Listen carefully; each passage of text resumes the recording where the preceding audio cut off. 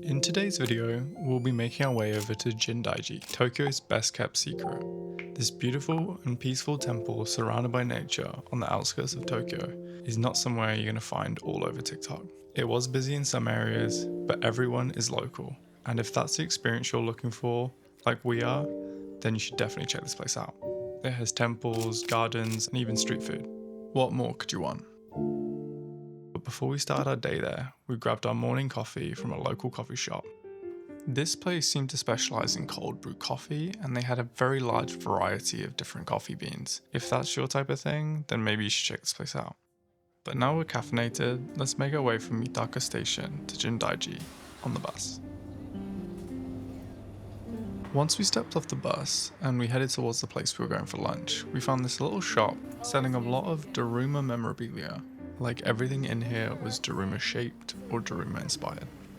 This was the place that we had originally planned to go, but you can see that there's a line, so we went to somewhere else a little further down the street. This place was called Daishi Chaya, a soba noodle restaurant. For those of you who don't know, soba noodles are made from buckwheat flour and are a staple in Japanese cuisine. They're usually served cold with a dipping sauce or hot with the broth. If you've watched any of my other vlogs, then you know I'm not a big fan of cold food, so I get it hot with the broth. These restaurants are very common in this area because local farmers originally offered buckwheat to Jindaiji Temple, leading monks and local residents to craft the handmade noodles. There are around 20 traditional shops lining the approach to this temple now, and that's why it was so easy for us to find another restaurant to go to. As we entered the temple, we were greeted by a shrine with a large statue of two Buddhas next to each other. Next to this, there was a cool dragon and tiger stone carving, and a lot of other dragons were carved into the wood of the shrine. Next to this shrine, there was a much larger shrine building, where more people seemed to be visiting, so we decided to keep moving around it towards Jindaiji Temple.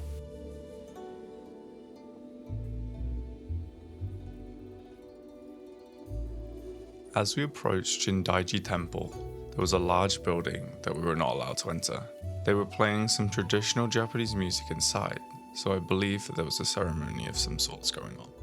We walked by this box, though, which had Daruma dolls and fortunes inside.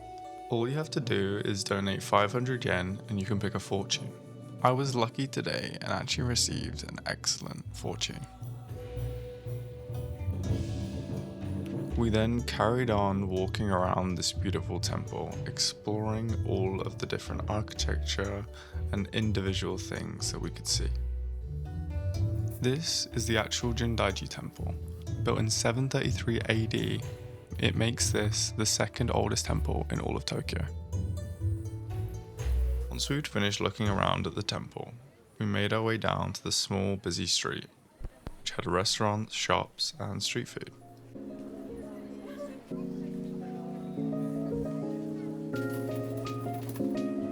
This shop was selling all sorts of pottery and clay sculptures. That was because you can actually make your own pottery here. We didn't do it this time, but I would definitely come back to do this. It would be an excellent souvenir for anyone. The first food store we went to sold dango, and if you haven't watched my kawagoe video yet, check it out here, but you know we had to get it. I believe this brown bun snack is called Soba manju. This next snack is called kusa manju, also known as yomogi mochi.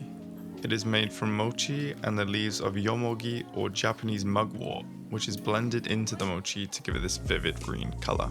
This is then filled with red bean paste.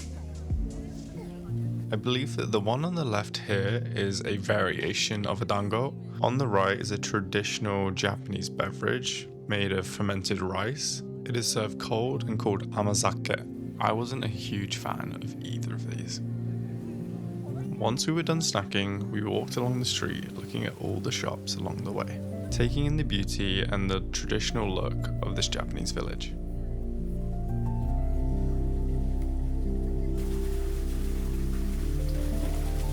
We made our way through the street towards the park surrounding Jindaiji Temple. You don't want to skip this park. This is why I believe Jindaiji truly is the best kept secret in Tokyo. Its amount of nature is hard to find besides Yoyogi Park, which can have quite a lot of people in it. whereas here is quiet and more traditional.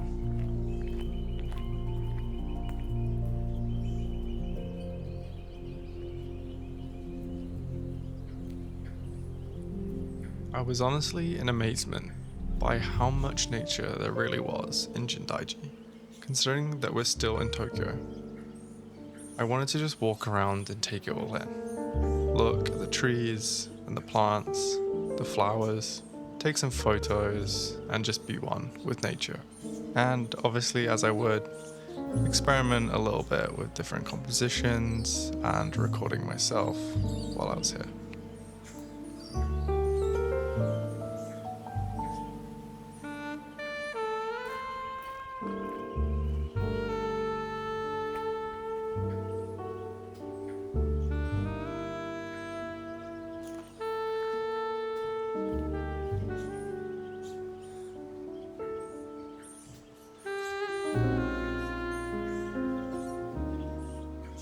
After I met back up with my friends, we went towards the flower garden.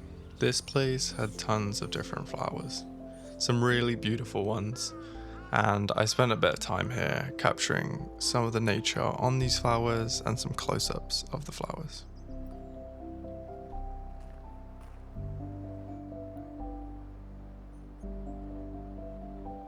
I particularly liked these large flowers. I think they were some sort of lily pad, but I'm not too sure. I just loved how the water collected on them and beaded off so elegantly. We then made our way into the park, where we sat in a little circle and chatted for a little bit. But we had also bought some ice cream from the shop in the park. This was a really nice time, spending some quality time with my friends in a really relaxing and chill environment. And for those of you who don't know, this is me, this is Keegan, this is Ayana, and this is Mimi. After a little bit of time spent in the park, we called it for the day in Jindaiji. We made our way back through the park as it was closing. I managed to get really close to this crow before it flew away, and then we saw this very interesting insect. If any of you guys know what this is, please let me know in the comments. And this was all the time that we spent in Jindaiji.